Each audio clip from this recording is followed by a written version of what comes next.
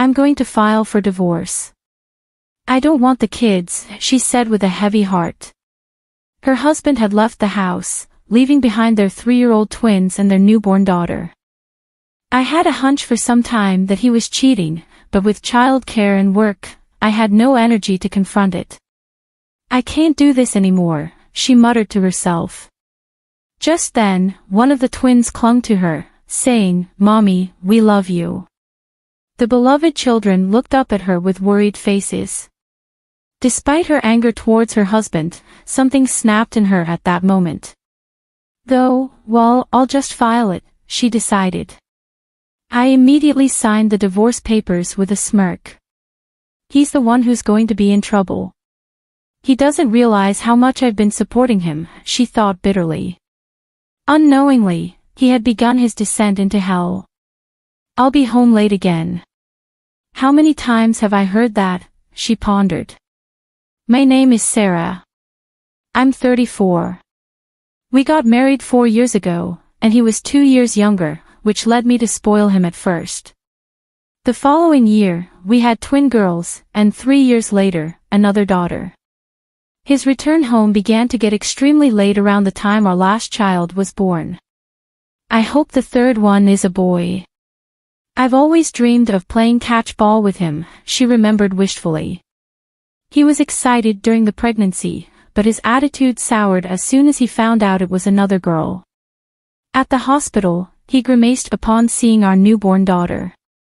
She doesn't look like me. She's not cute, he remarked callously. At that moment, intense anger welled up inside me. How can you say your own child isn't cute? I seethed silently. Maybe he was already considering divorce by then. Even after I came home from the hospital, his sulkiness continued. He barely helped with child care or showed any interest in the kids. If you're short on hands, hire a babysitter or something. You've got savings from your job, I suggested, growing weary of his neglect. I worked at a top tire company, earning significantly more than most women my age. On the other hand, my husband struggled to keep a job, often quitting before I even noticed. Perhaps he was envious that I was more successful at work. At the time, he was also doing temporary work and unsure of how long it would last. I didn't expect any financial support from him, but I wished he'd at least fulfill his role as a father. Spend some time with the kids at night, at least, I pleaded with him. What a hassle it was. When I asked him to do it, he reluctantly obliged, but it was so apparent that my daughters were bored with it. He somewhat realized he wasn't being embraced by them, which he didn't like, leading to a terrible, vicious cycle. Then, one day, he stopped helping with the kids altogether. I'm tired from work. Let me rest on the weekends, he said, brushing off his responsibilities. And on weekends, he either stayed in his room or went out with someone. I have to work this holiday. If you don't watch the kids. She trailed off, the frustration evident in her voice. I have plans too. See you. My husband leaves without listening to me. I could not leave the children alone at home, so I often had to ask for a babysitter last minute. If it continues like this, it would surely destroy our marriage and negatively affect our children. Thinking this, I decided to talk to my in-laws the next day. However, that's just how husbands are. A wife needs to be patient. More importantly, could you do that thing we talked about last time? My visit to my in-laws ended with them ignoring my concerns and asking for favors. My parents live far away, so it's hard to meet them. I feel guilty even calling, not knowing who to turn to. Hey, make dinner. Returning home in the evening, I'm greeted by my husband in pajamas and a messy house.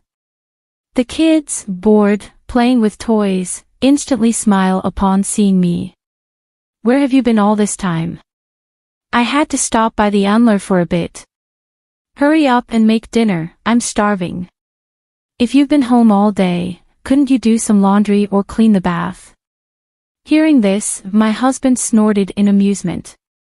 I decided not to do anything for someone who doesn't show gratitude. What do you mean? I cleaned the bath yesterday, and you didn't thank me. Not that I mean, like, at least $100. He stretched out his hand, gesturing for money. What is he talking about? I must have looked distant, tired, and irritated. I pulled him aside to the bathroom so the kids wouldn't hear and retorted, I am working, doing the chores, raising the kids, all of it. And you have never ed me. That's a wife's job. Then what's your job? I work too, he retorted defensively.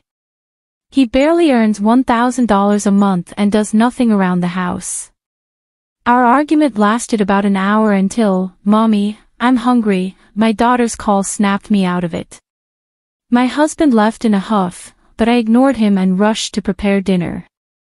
During these tense days, I discovered something, my husband is cheating.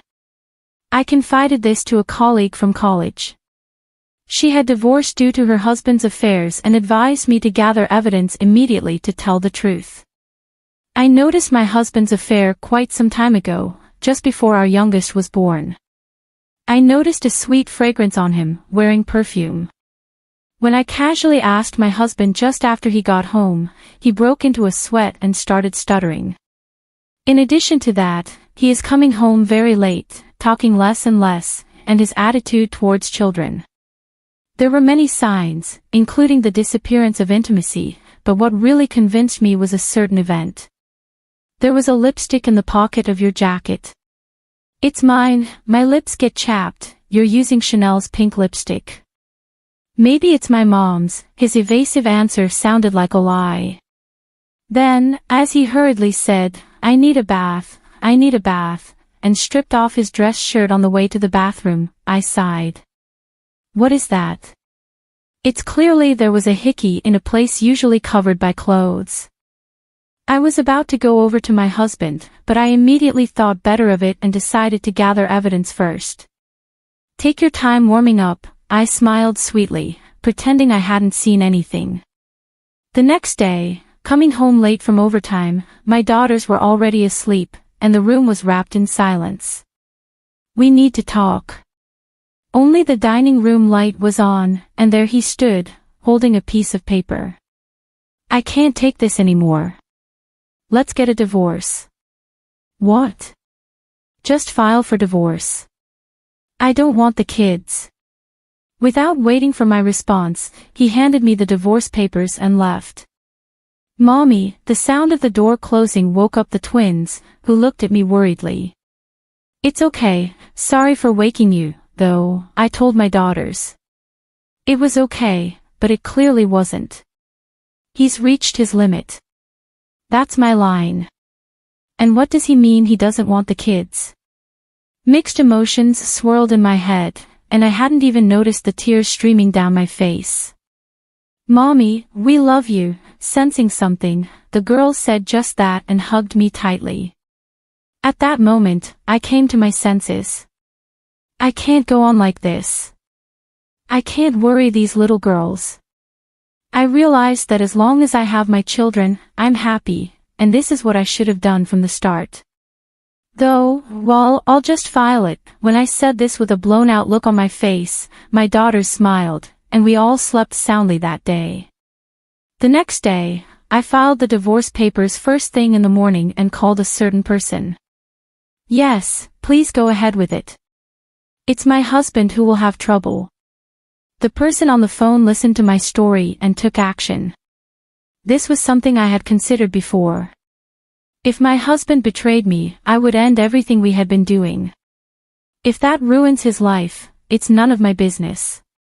3 days later, Sarah, where have you been? Waiting for me as I returned from work were my in-laws and my husband. My mother-in-law was furious, my father-in-law pale, and my husband seemed clueless, dragged along without understanding the situation. Have you been waiting at the front door all this time? That's kind of creepy. This is no time for that. What is this? My mother-in-law thrust a letter at me. It's a notice from a lawyer. I can see that much. Her face was tomato red as she raised her voice. I need to pick up my daughters, so excuse me, ignoring them. I went inside, but my furious in-laws followed me into the living room, insisting on a discussion. Why would you suddenly send this? I don't understand. You would understand if you read the letter, wouldn't you? Using a lawyer, how cowardly. Despite being in the wrong, my mother-in-law's outrage was something else, mixed with irritation and confusion. I was constantly thinking about how to convey my feelings. Then, my husband, who seemed to understand nothing, finally spoke up. Are you upset because I divorced you? Filing some kind of complaint? My in-laws looked at him dumbfounded. Of course, he had no idea what I had done for them all this time. Hey, I didn't hear about any divorce. Is that why this is happening? Such a useless son. What are you two so anxious for? You've ruined everything. As the conversation between them went nowhere, I watched coldly as my mother-in-law slammed the table. Why did you divorce Sarah? My husband clammed up when things got uncomfortable. Since the conversation wasn't going anywhere, I decided to answer for him. He completely failed to fulfill his duties as a husband and father. There you go again. I told you that's just how men are, right? So, you would forgive your husband if he had an affair? What? My mother-in-law froze, clearly not expecting to hear her son had been unfaithful. My husband tried to interject, but a sharp glare from me shut him up. Then, oddly, my father-in-law started defending his son. A men's affair is just a fling. It's not a problem. This is pointless. Please leave. All further communication will need to go through my lawyer. So, what are you talking to a lawyer for? Now you're agreeing to the divorce, right? My husband was confused, clueless about what was going on. Agreeing, I filed for divorce straight away. Then what is all this about? While arguing with my husband, my mother-in-law suddenly started crying loudly. Paying $556,000 in one lump sum is impossible. What large sum? What are you talking about? Who's paying whom? Finally, the moment had come. Time for my husband to regret. I proudly revealed what I had kept hidden until now. It was right after we got married 4 years ago. I was called to my in-laws' house alone, where my mother-in-law said she had a serious matter to discuss. Nervous just because she was his mother, I was prepared to help however I could. But the words that came out of her mouth were shocking. I need $60,000, she said out of the blue, leaving me utterly confused. As I hesitated, she bluntly asked about my salary. Unable to withstand her pressure, I admitted it was over $100,000, and her eyes lit up, apparently. My father-in-law had gotten into horse racing, losing big amounts without ever winning, and had even accumulated debt. Desperate for $60,000 to cover his debts, she pleaded with me, and I couldn't say no, repeatedly insisting she must pay me back. 4 years passed, and all I got back was just $4,000. There were times when she repaid some, only to borrow again. If I don't do something, I will never be able to collect the full amount. So, I hired a lawyer and filed a lump sum claim for the remaining $56,000 in full. My husband's jaw dropped when he heard this, and I almost laughed. But we said we'd pay back little by little. Why suddenly and in full? We're no longer family, so I thought I shouldn't hold back, I explained. Then, my mother-in-law, with a screech like a monkey, turned her fury towards my husband. It's your fault for cheating, so you should be the one to pay it back, huh? Why should I? We're not working anymore, and our pension won't cover it. If you want me to live in your parents' house, you'll do what I say. There was no way he could pay back $56,000 in one lump sum, especially since he was unemployed again at the time. I'll live at Kate's place, so I won't pay. That's the name of your affair partner, my mother-in-law declared. As I grew increasingly absurd listening to this family quarrel, I decided it was time to deliver the final blow. Don't think it ends with $56,000. I'm demanding $20,000 each from you and your affair partner as compensation, plus child support, of course. What? It's only fair. Leaving your children to play around. Where's the proof I cheated? Had he forgotten so quickly about loudly declaring he'd live with Kate? Sighing, I handed him a pile of photos I prepared for this moment. Looking at these made me sick. The photos were from his social media, showing him kissing and embracing his affair partner, definitely a no-no as confirmed by my lawyer. Why do you have these? My husband asked, shocked. A quick online search brought up your social media. It's amazing you thought it wouldn't be found, I replied. My naive husband had kept posting cheerful photos on a public setting. He probably continued to use social networking sites without knowing how horrible they were. I was surprised that he was doing this, being mechanically inept, but it made it easy for me to gather evidence of his cheating. Even my in-laws were dumbfounded, gaping at him. Please leave now, it's time to go to daycare. At least don't demand compensation from Kate. What if she runs away? That's not my problem. With no resolution in sight, I forcefully kicked the family out. Open this. Help me. I didn't know about the debt. I could hear my husband yelling through the door for a while. I'm calling the police. I yelled, and the three of them shrugged and left. A year has passed since then. After paying me the compensation, the affair partner disappeared. Because of this, my ex-husband had to live at his parents' home, where they incessantly demanded he cover the $56,000. He ended up borrowing from shady lenders. While he managed to pay that off quickly, he still owes $20,000 in compensation for the affair and $500 a month in child support. Now, he earns his daily wage by doing manual labor from morning to night. The interest on his debt is ballooning, and it might be impossible for him to pay it off in his lifetime. But that's none of my business. Mommy, we're going to be late. Oops, my daughters are calling me to daycare. They're growing up so healthy and strong. That's all the happiness I need.